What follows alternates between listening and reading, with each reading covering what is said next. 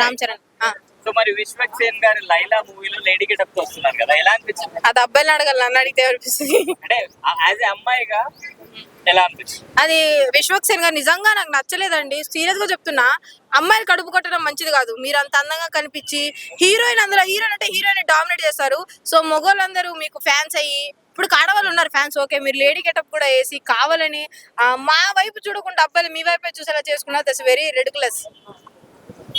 అంటే ఒక press meet లో కేపీహెచ్బి దగ్గర ఆంటీ లాగా ఉన్నారు అని చెప్పేసి కమెంట్ చేశారు.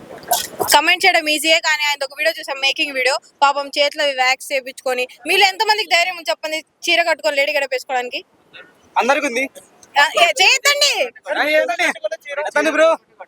చూసారా, ఆలోచిస్తున్నారు. కానీ ఆయన అంత పెద్ద స్టార్ అయి ఉండి చీర ఎందుకు కట్టుకున్నారు? మనం ఎంటర్టైన్ చేయడానికే కాబట్టి ఆయనకి రెస్పెక్ట్ ఇవ్వాలి.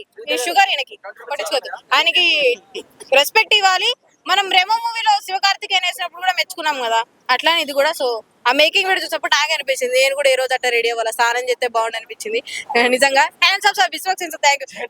నన్ను అడిగారు ఆ మూవీలో ఐటమ్ సాంగ్ చేయమని, కానీ నేను కొంచెం డేట్స్ లేక నేను ఇవ్వాలా. Thank you so much. కిస్కి నన్ను అడిగారు, కానీ నాకు కిస్కి ఇష్టం లేదు, కిస్మిస్ ఇష్టం అన్న. 3కి కిస్మిస్ అని పాల పెడతారంట, అప్పుడు నేను ఉంటా. Thank you so much.